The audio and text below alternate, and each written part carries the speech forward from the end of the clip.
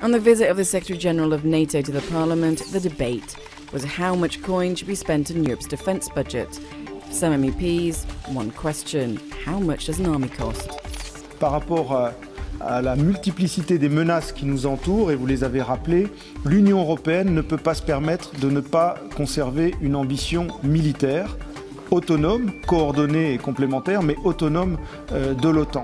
Over to the big issue behind the talk of a defence budget: how to counter terrorism.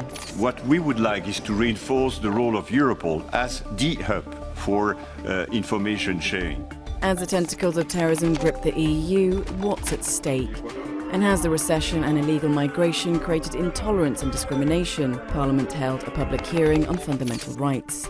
The state of play on fundamental rights is that it is always complex anyway, but now in 2015 it's become even more complex because we have this tension now between getting the balance right between fundamental rights on the one hand and security on the other. With the UN Climate Change Conference in Paris around the corner, a vote to greenlight the ratification process for the Doha Amendment to the Kyoto Protocol, which imposes a 20% emission reduction by 2020.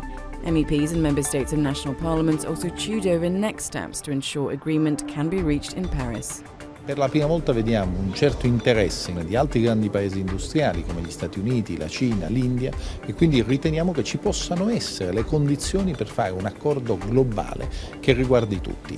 The culprits of the Libor scandal were whacked with massive multi-million euro fines for fixing the London interbank lending rate. In its aftermath, MEPs voted this week to bring about better transparency over how the rates of loans, mortgages and financial transactions is fixed by banks.